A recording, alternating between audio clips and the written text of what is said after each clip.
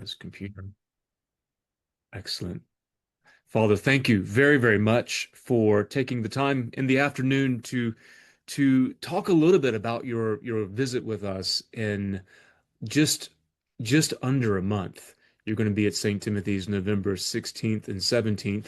You're going to be in the United States speaking at an Anglo-Catholic conference in Boston, and we're thrilled to steal you away for 2 or 3 days to give a mission at the parish. And I want to get into that in a moment, but I just want to explore your biography because I was just making some notes for myself, and I actually have questions as well because you have literally been all over. You have degrees from universities in 3 different countries, and I do want to get into Japan. And you also were the librarian and chaplain at Pusey House. So all of that is interesting by itself, but put it together really is fascinating. But so you graduated from Oxford, St. Andrews, and then Yale. That's right. Yes. Um, Although I did my undergraduate work at St Andrews, oh, so St. so Andrews. yeah, Okay. yeah. So I was 4 years at St Andrews, and then at the end of that time, one of my tutors said, "Oh, what you're going to do next?" And I said, "Well, I don't really know." And there was a Presbyterian scholarship going at Princeton, and I applied for it, and I didn't get it. And I think he felt very sorry for me because he said, "Oh no, there's a much better thing. Go apply for Yale." And so I did. So I moved to New Haven for a year to study at the Institute of Sacred Music, doing a master's degree there, which was just a wonderful experience and a real moment of falling in love with the United States, falling in love with the Episcopal Church, and really, I mean, it's a great joy to be thinking about coming and seeing you all at St Timothy's because I love exploring different parts of America I've never been to, spending time in the Episcopal Church and just really getting to know people there. And then I came back to Oxford after having been at Yale to do a master's degree. I got to the end of 2 years of what's called a Master of Philosophy degree, and really didn't feel that a doctorate was going to be my thing. Um, and at that stage, a faithful priest suggested I explored my vocation to the priesthood, and so that was the path that my life took. Going off to Mirfield with the Community of the Resurrection to train for 2 years to be a priest. So yes, I mean it's been a wonderful sort of journey. I was the ideal perpetual student for quite some time. So when did you finish St. Andrews? So St Andrews in 2003. So So here's my question. Were you there with the Prince and Princess of Wales? I was there with the Prince and Princess of Okay, Wales. so that's all I care about. So do tell me what that experience I was like. don't, I don't, I don't imagine they knew I was there. But no, I mean, St Andrews is an amazing university. I think the one thing that I would say is, the first year I was there, the hall of residence that I lived in, you could go in and out of the door. There was very, very little security. And over the summer, all of a sudden, there were cameras, there were key cards, there was an awful lot of things put in place to allow our most famous resident to come into being. So but St Andrews is a wonderful university, and I had an absolutely wonderful 4 years. It's 3 streets in the middle of Scotland with a golf course, and it's ideal, really. So what do you play an instrument or do you sing? So tell me about the sacred music degree. So I sing and I play the clarinet. Okay. I don't have any keyboard skills to talk about really. So the sacred music was exploring um, the way in which common worship, which is our equivalent of a sort of modern rite prayer book here in England, the way in which that related to ecumenical documents. So looking at that document from the 1990s, baptism, Eucharist, and ministry, and seeing how those ideas had fed into the writing of common worship, which I did with an English professor called Brian Spinks. But I also worked with an American professor, Margot Fasler, who was a great expert in the chant, and she got to sing Hildegard of Bingen chant and all sorts of exciting things. So again, it was a wonderful time to be there with her. Was Don Salyers at Yale during the sacred music when you were there? I don't think so. Not a name I remember. Father Will Brown, however, was at Yale at Yes. the same time, so that's how I know Father Will. So he was at Berkeley at the same time as I was up at the Institute of Sacred Music. Extraordinary. So do you I mean other than singing the mass, do you have any outlets where you're able to scratch that vocal itch? Oh, well, I do a bit of Gilbert and Sullivan here and there. Okay, good. I'm a great devotee of Gilbert and Sullivan, and and I do a bit of acting still. In fact, I'm this evening I've got a rehearsal. I'm in a medieval mystery play. So those plays from the 14th and 15th century, written by the guilds, and that explore the mystery of our salvation. Every year, the players of St. Peter put on the Christmas series. So this year we're looking at what's called the End Town series, and there'll be 3 or 4 little plays where in sort of slightly translated Old English. We don't do it in the original Old English, but slightly translated. We explore some of those stories, and they're amazing. It's what Shakespeare would have gone to see at the theatre, and we perform them, and they're fascinating because they have a rich theology, and yet they were just written by the local carpenter, or the local fishmonger wrote a set of plays, and yet you have uh, to modern ears almost incomprehensible. I think some of my fellow actors don't really understand, in a sense, the sort of beauty of the things. There's a wonderful speech in which Mary is described as the Empress of Hell because, of course, she, by giving birth to the Savior, she defeats hell and the devil, and so it's these wonderful things that are just there in these very ordinary plays, some of which are entirely sort of absurd and rather bawdy in their approach. So if we serve you enough bourbon, will you sing show tunes on demand? If we Oh, you won't need to serve me any bourbon. Don't worry.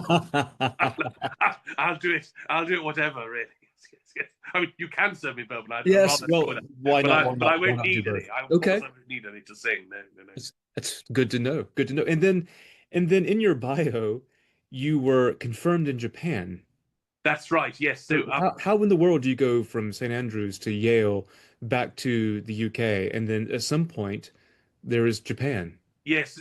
So my father worked for Shell building oil tankers. He'd worked in the shipyards in the northeast of England and got a job with Shell in the late 60s, early 70s, and he went to work abroad. And when I was born in England. My mother came home for me to be born, but then we went straight to Finland and then South Korea, then Japan. Then they went on to Malaysia and China. So I was in Japan between the ages of 7 and 12. And when I was 11, I was confirmed in the Nippon Sekokai, the Anglican Church in Japan, in the Diocese of Yokohama.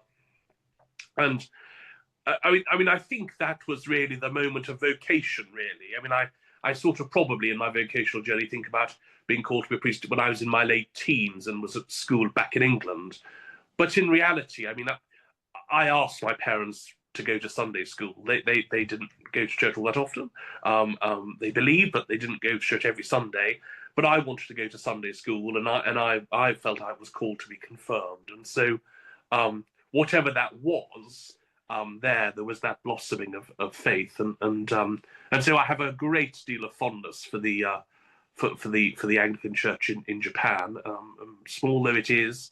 For me, it is a place of great fondness, and the place where I think of my Christian faith coming to fruition, in that very particular place. So growing up, in Japanese or English or both, or how were the services English, yes. conducted? Mainly English. Okay. I went to an international school. So yes, so grew up speaking English. We had to learn Japanese as part of our lessons. So I spoke a bit of Japanese and can still speak little bits and pieces here and there. But mainly English at international schools.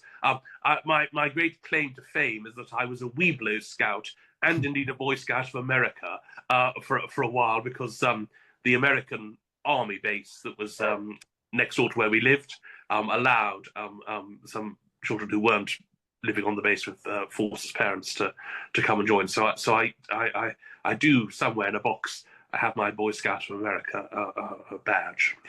Well, we have that in common. I'm a Weeblos dropout. That's as far as I got, and then did no more. So, is there something about the Anglican Church in Japan? There's a certain charism that would be surprising or inspiring for. I mean, because I'm fairly certain that a lot of the folks in our area hearing this weren't aware there was a province of the communion in Japan. I mean, it stems from that those hidden years, really. There were about 500 years where, firstly, the Christians in Japan were persecuted. So those Christians, and that was Roman Catholic and Protestant Christians, persecuted. And when, of course, traders were banned from coming to I Japan. was ordained on the Feast of the Martyrs of Japan, Oh, February yeah, 5th. okay, So yeah, yeah. yeah. And so all through sort of Nagasaki, that sort of area where that persecution happened, and then the Christians go into hiding, and they go into hiding for about 300 to 400 years, and they re-emerge when a French priest arrives in Nagasaki and builds a church, and they go up to him and they ask him, have you come from the Papa Sama, the Pope? Do you honor Mary? And have you brought us the Blessed Sacrament? They ask those three things, and he says yes, and they realize that here is another Christian. They've gone on for centuries being baptized by the chief person in their village, and sort of hiding their Christianity, and then it comes into fruition. And so I think there's that sense of a scholarliness, a quietness, a sort of piety that's there. A deep understanding of what it is to suffer Hmm. for faith, um, and although this is true to around the world in times of war doesn't. You're not protected because of your faith, because of war. And in both Hiroshima and in Nagasaki, when the atomic bombs were dropped, they were dropped near Christian centers. That in Nagasaki, a few hundred meters away from the Roman Catholic cathedral, No doubt. was where that bomb was dropped. And so there's that sense, and there's a real sense from Japanese Christian writers of seeing that sense of a small church, of a persecuted church, but a faithful church, that seeks to build. And I think that faithful remnant, and that faithful sort of way of being is really important. I think that's that real charism. I don't know whether perhaps people watching will have seen the film Silence, Yes. Yep. the end of. I mean that builds out of that. I mean, the book is slightly deeper than the film even, but Endo's view of how this was is that same sort of quiet piety and what that means and how we draw things together. Excellent. I want to get into what you'll be talking about, but just to fill out the biography, you've spent your entire priesthood in Oxford and London. Is that correct? So I had 3 years as a curate in Worksop Priory, which is in the Midlands in Nottinghamshire, Oh, yes. in a mining town, a small mining town there called Worksop. A beautiful big Under Norman Father priory. Spicer was did he Father come? Spicer, yes, Father Oh, yeah, Spicer was my yeah, training. yeah. So Father Spicer was appointed to the parish priest, and soon after that, I was appointed to be his curate. And so I was ordained in deacon in 2008 there, and had 3 wonderful years ministering to the people there. An amazing place, with a beautiful Norman church, a 14th century gatehouse, Massive. a real treasure. Yes, it's Yeah. yeah, yeah. So I was there, and then I was asked to go back to be priest librarian and chaplain at Pusey House, in Oxford. Well, he had been sacristan as a graduate student at Oxford. I had to go back there, where I was for 3 years, and had a wonderful time there, working with students, working the chaplaincy, but at the end of it, felt a call back into parish life, a real sense that was where God was calling me to be, and so went then to Lewisham in southeast London, where I was for 5 years, 6 years maybe, and then Notting Hill, made famous by the film, where I was for another 5 years, and now I've moved to St Silas Kentish Town in northwest London, which is two churches in one parish. So we are just one parish with one council and that sort of thing. But two churches, a parish school, and a really rich liturgical diet here. Beautiful vestments, beautiful music, and really thinking about how we grow mission through the beauty of holiness and how we speak to people through the beauty of what we have to offer to God. So we've gone from three countries, America, confirmed in Japan, all these places at some point became an academic interest into the Shroud of Turin. How? Well, well, I, I, flicking through a social media post as it happens, I was flicking through social media and I saw that there was the opportunity to have an exhibition of the Turin Shroud come to parishes. And a lady called Pam Moon has this amazing exhibition of artifacts and information about the Turin Shroud. And I suppose I was looking for the next thing. We'd had some major art exhibitions when I was in Notting Hill, some big projects of opening the church up to get more people in. And I thought, some of this has been quite secular. We've been able to talk to people about God through it, but it has been quite secular. Let's try something that is really faith-based. And so I wrote to her and said, well, could the exhibition come? And I didn't know a huge amount about the Shroud until the exhibition came. And I was just swept up by it. I was swept up by its beauty. I was swept up by the story the Shroud has to tell us. And just about the way in which it speaks to us so deeply about salvation and about what Christ suffered for you and for me.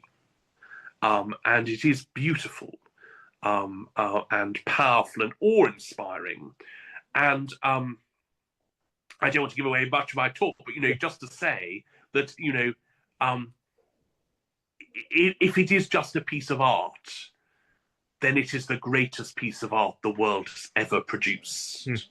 And if coming along to my talks, that's all you people go away thinking, I hope they won't. I hope they'll listen to the arguments and see that it is true as I believe it to be. But if it is only a piece of art, it is the greatest piece of art in the world, because it is so amazing, and there are so many little details that we'll explore together that just point us to the love of God.